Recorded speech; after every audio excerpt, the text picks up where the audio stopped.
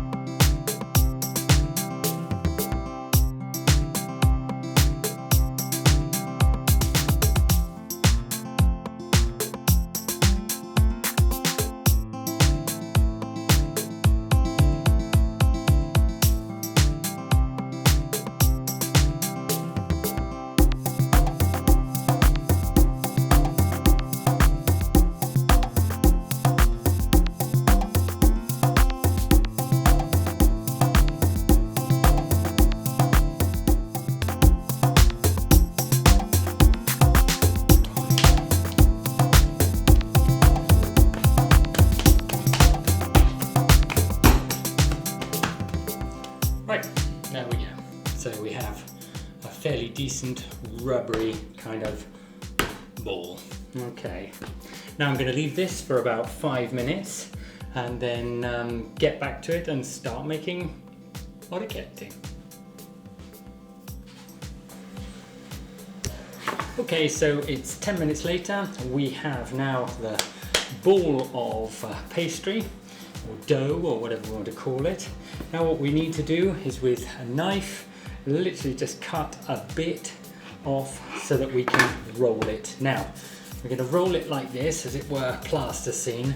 The only thing is like I said, it's going to be a little bit rubbery, so obviously as you start to roll it out, you're going to find it sort of shrinks again. Now if I try and roll it out on this and it's just slipping around, just get a little bit of water.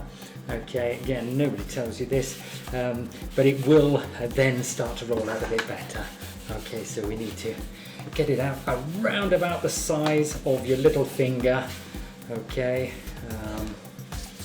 just make sure that you get it all more or less that size. A little too big, and you're going to find making the orecchietti is not going to be so easy.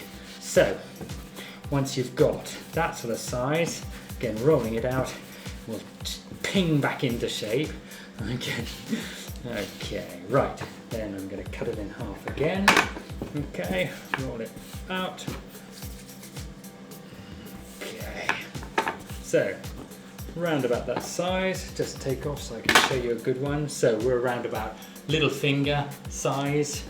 Okay, cut off a bit here, then pressing with your finger on the top, you squash it and make sure, that one didn't work obviously, so pressing with your finger on top, you squash it and bring it up. Then you press it from the outside in, and that's your orecchietti.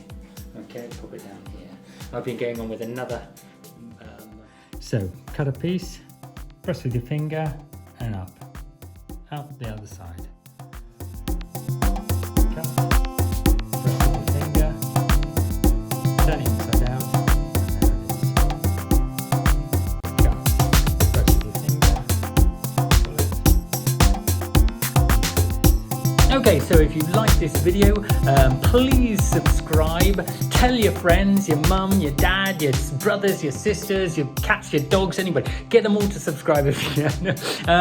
If you've got any questions about the orecchietti, the only thing I would say is the key to making them that way is really to keep your knife flat to the board, and that will give you that effect, okay? We'll see you again, hopefully next week. All right, cheers from Justin Pasta. Ciao.